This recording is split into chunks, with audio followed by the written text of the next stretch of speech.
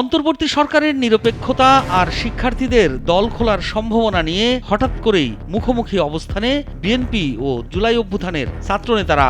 বিশ্লেষকরা বলছেন, এমন বিরোধের সুফল নিতে পারে তৃতীয় কোনো শক্তি। কারা সেই তৃতীয় শক্তি, এমন প্রশ্ন ঘুরে বেড়াচ্ছে বাংলাদেশের রাজনীতির অলিগলিতে। গত কয়েকদিনে বিএনপি মহাসচিব মির্জা ফখরুল ইসলাম আলমগীরের কিছু বক্তব্য নিয়ে সরগরম হয়ে উঠেছে রাজনীতির মাঠ। কিছু বিষয়ে সরকার নিরপেক্ষ ভূমিকা পালন করতে পারছে না, কিংবা জুলাই অভ্যুত্থানে নেতৃত্ব দেওয়া শিক্ষার্থীরা সরকারে নিজেদের প্রতিনিধি রেখে নতুন রাজনৈতিক দল গঠন করে আগামী নির্বাচনে অংশ নিতে চাইলে অন্য রাজনৈতিক দলগুলো বিষয়টি মেনে নেবে না। মির্জা ফখরুলের এমন বক্তব্যের পরেই আলোচনার ঝড় উঠেছে রাজনীতির মাঠে। বিএনপি মহাসচিবের এই বক্তব্যের বিষয়ে অন্তর্বর্তী সরকারের উপদেষ্টা নাহিদ ইসলাম, আসিফ মাহমুদ ও বৈষম্য বিরোধী ছাত্র আন্দোলনের কেউ নানা মন্তব্য ও প্রতিক্রিয়া ব্যক্ত করেছেন। নাহিদ ইসলাম বলেছেন, অন্তর্বর্তী সরকার নিয়ে বিএনপির কথার টোন আওয়ামী লীগের সঙ্গে মিলে যাচ্ছে। এছাড়াও অভ্যুত্থান ও আওয়ামী লীগ সরকার পতনের পর বিএনপি ও অংশীজনদের সমর্থনেই সরকার গঠন হয়েছে বলে উল্লেখ করে তিনি বিএনপি মহাসচিবের নিরপেক্ষতা নিয়ে সন্দেহ প্রকাশ করেন।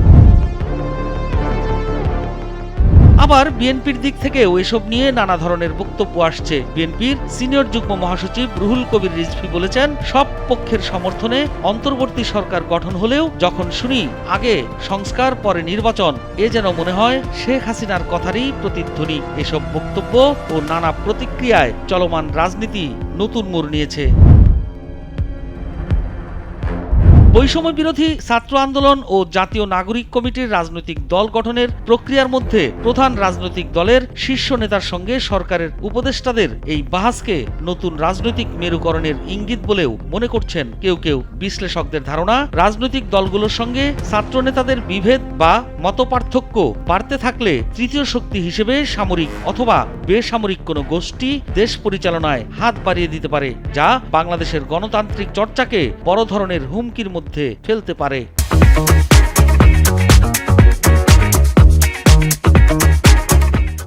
প্রশ্ন হচ্ছে যে এই নির্বাচনে কি এই উপস্থিতিটা কি কোনো প্রভাব ফেলবে কিনা নিরপেক্ষতা নিয়ে, যেটা মির্জা ফখরুল ইসলাম যেটা প্রশ্ন তুলেছেন। আমার কাছে মনে হয় যে গণ অভ্যুত্থানের নেতা হিসেবে তাদের সেখানে এই সরকারের উপস্থিতি অত্যন্ত জরুরি ছিল, এটা আমি মনে করি। ফ্যাসিস্টের সরকারের এগেইনস্টে তাদের যে ম্যান্ডেট এবং তাদের যে জীবন বিলিয়ে দিয়েছে, সেখানে আমাদের মনে হয় তরুণদের একটা বিশাল অ্যাসপিরেশন আছে একটা ফ্যাসিস্ট কাঠামোর মানে বিলুপ্তি সাধন এবং একটা বেসিক স্ট্রাকচারাল চেঞ্জেস আমাদের এই অভ্যুত্থানের মধ্যে দিয়ে। সেই অ্যাসপিরেশন নিয়ে কিন্তু ছাত্র জনতার এই সরকারের প্রতি শুরু থেকে একটা সমর্থন ছিল।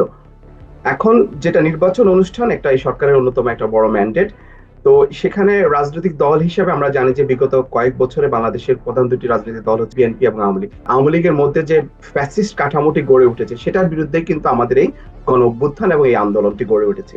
এখন আওয়ামী লীগ এই রাজনীতিতে অংশগ্রহণ বা বিএনপি নির্বাচনে অংশগ্রহণ করবে কিনা এটা নিয়েও কিন্তু কিছু প্রশ্ন তৈরি হয়েছে। এবং মির্জা ফখরুল ইসলাম আলমগীর বা বিএনপির যে একটা বা এবং জামাতের কয়েকজন নেতার মধ্যে তো এটা উঠে আসছে যে আওয়ামী লীগকে আবার রাজনীতিতে অংশগ্রহণ করতে দেওয়া বা দেওয়া এগুলো নিয়ে অনেকগুলো বক্তব্য আসছে।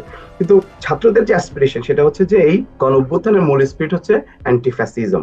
আমরা কোনোভাবে ফ্যাসিস্ট স্ট্রাকচারটাকে এখানে পুনরায় স্থাপন করতে চায় না এবং ছাত্ররা সেই নতুন রাজনীতির সূচনা করতে চায় এখানে, এবং সেই কারণেই ছাত্রদের রাজনৈতিক দল হিসেবে ইমার্জ করার প্রশ্নটি এখানে এসেছে। রাজনৈতিক বিশ্লেষকদের মতে হাসিনা সরকার পতনে ছাত্র জনতা ও রাজনৈতিক দলের ঐক্যবদ্ধ গোষ্ঠী স্বার্থের কারণে খুলে গেলে তার ফল হতে পারে ১-১১-র মতো। ফ্যাসিস্টদের পুনর্বাসনেও এই বিরোধ ভূমিকা রাখতে পারে বলেও মনে করছেন সচেতনরা।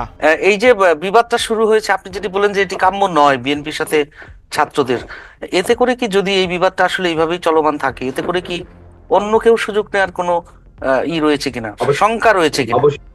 অবশ্যই এখানে আমার কাছে মনে হয় যে এখনো কিন্তু আমার কাছে মনে হয় যে দেশটা কিন্তু চালাচ্ছে বিহাইন্ড দ্য সিনে সামরিক বেসামরিক আমলাতন্ত্র। আমার কাছে মনে হচ্ছে এখানে যদি এই বিভাজনটা তৈরি হয় তাহলেই দেশ অস্থিতিশীলতা তৈরি হতে পারে এবং সেক্ষেত্রে সামরিক বেসামরিক আমলাতান্ত্রিক একটা সরকার এটা সুযোগ নিতে পারে। আমার কাছে মনে হয় সেখানে সামরিক সরকার কর্তৃক ক্ষমতা দখলটাও প্রশ্ন সেখানে তৈরি হতে পারে কিন্তু, এবং গত কয়েকদিন থেকে কিন্তু আমরা এই গুজবগুলো দেখতে পাচ্ছি সোশ্যাল মিডিয়াতে।